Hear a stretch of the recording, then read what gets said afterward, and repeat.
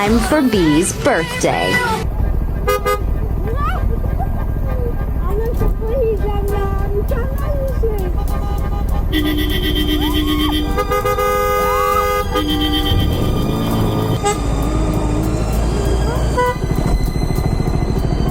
Aa, yere bak.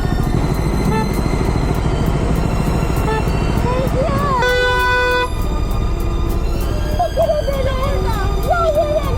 Teşekkür ederim. Tamam.